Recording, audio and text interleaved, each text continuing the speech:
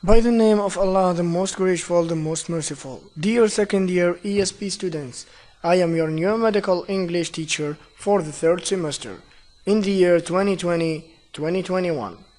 So, to start, we have first to see the aim of the subject or the reasons behind our study to this module, which is medical English. So, here are some aims of our study. First, use professional vocabularies concerning the field of health and care. Second, use English expressions that are related to healthcare and medical technology, which means here that by the end of the course, inshallah, you will be able to use many terms or interact with patients, doctors, or even your friends at work. Third, read and translate professional articles. Fourth, you will be able to read document files procedures. And finally, start making research by your own self. So, moving to the next element, we have to see what is ELT and what are its aspects or its needs. So, we will have an introduction to English language teaching. English language teaching is the teaching of English to people whose first language is not English. ELT is an abbreviation for English language teaching. So, ELT, together with growth of English as a second or a foreign language, ESL or EFL, is a progressive field that often witnesses methodological innovation, which means ESL and EFL are always on date and following the new methods and the new ways in teaching. So, that's why teachers and researchers are always in the search for new methods or new tools to transmit the message to their students or to teach them easily and clearly. That's why they have always be on it. So, the next element is EFL, ESL and EMT, and we will see the difference between those three elements. First, EFL is an abbreviation for English as a foreign language. As you see, this is mainly used to talk about students whose first language is not English, which means English is either their third or second language. Learning English while living in their own country. For example, a Chinese person learning English in China, and that's obviously a foreign language, because in China the first language is the Chinese language, of course. Then, we will move to the ESL, which is an abbreviation also of English as a second language. This is mainly used to talk about foreign students learning English while living in an English-speaking country. Here the example is when you go to study or go into a country, which its language is English, you will be to consider English as your second language, which means you will put your first language beside and you will start to learn English.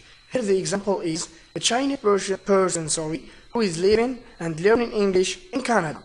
And the third element is EMT, which stands for English as mother tongue, which means that the language learned since childhood, or we can call it native language or ENL.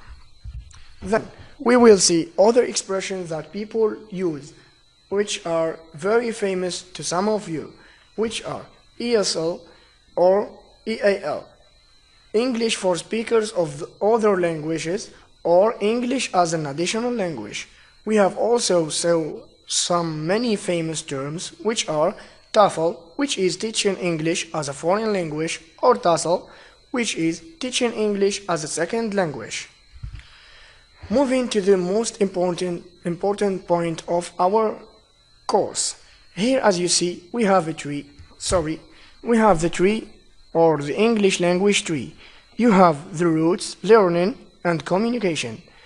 I have to put a focus point here.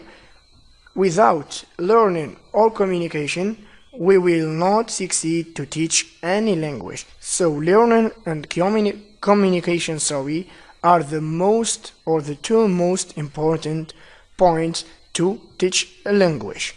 So, as you see here, a normal tree with the roots, then you will have language teaching with 3 sub-branches.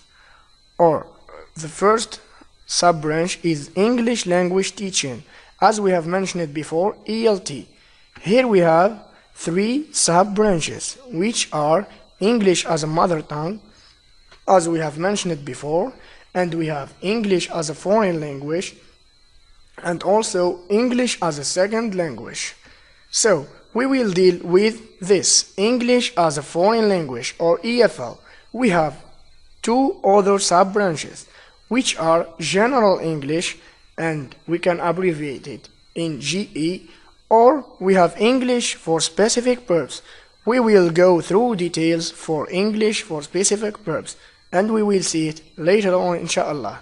So, given a small or a short hint about General English. What is General English and what are its uses? General English mainly about primary school courses, which mean grammar rules or oral tests or oral activities that we will have that we use it to have in our secondary or primary schools, which mean the normal lessons we have seen. So, moving to the import point, and the one we will deal with is English for specific verbs, which is ESP. As you see here, we have three other sub-branches, English for science and technology, and that's the point we will try to reach, inshallah, in our module. And we have English for business and economics, EBE, and we have English for social sciences. So, let's give a small view about the two sub-branches, ESS and EBE. English for social sciences. We have EAP and EOP. Remember that well, EAP and EOP. As you see here, EOP, EAP, EOP, EAP. We will discover what those words mean. So, EOP is preceded by English for teaching, and EAP we have English for psychology. We have also English for business and economy. As you see, we have English for secretaries and English for economics. Our module will deal with English for science and technology. We will try, inshallah, to reach this point, English for medical studies. We have English for occupational purposes and English for academic purposes. We will give the definition of the two of them. Finally, we have English for medical studies and English for technicians. So, as we have mentioned before, in our case, we will deal with the two sub-branches with EFL. The first one is General English, as I have talked before, which is usually taught in primary school and secondary schools, and mainly for exams.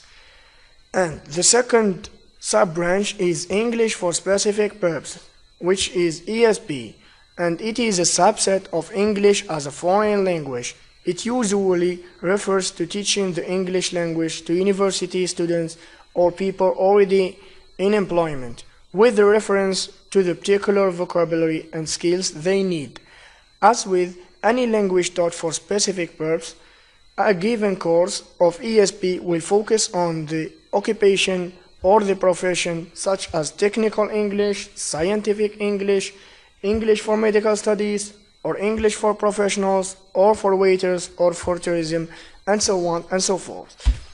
Then, we will have the difference between ESP and GE, which means English for specific verbs and General English.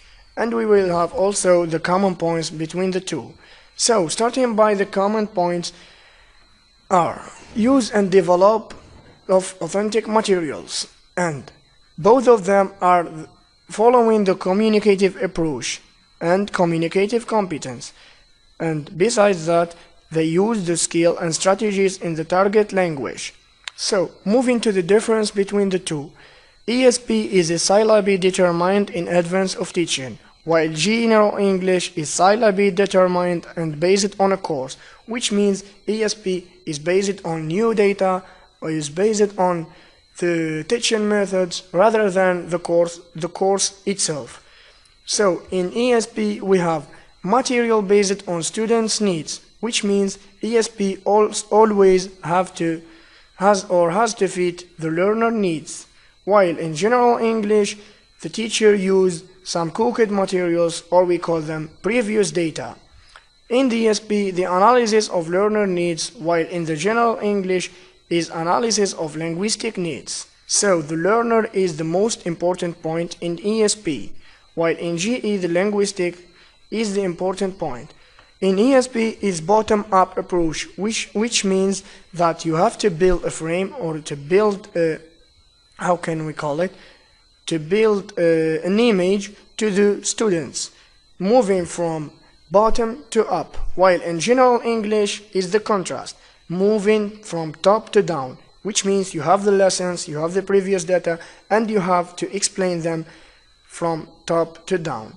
And finally, teacher and students are in cooperative position here in ESP, which means I am your teacher, you are my student.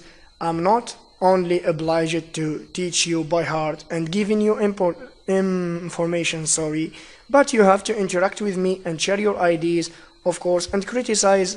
Even you can criticize me if I am mistaken at a point.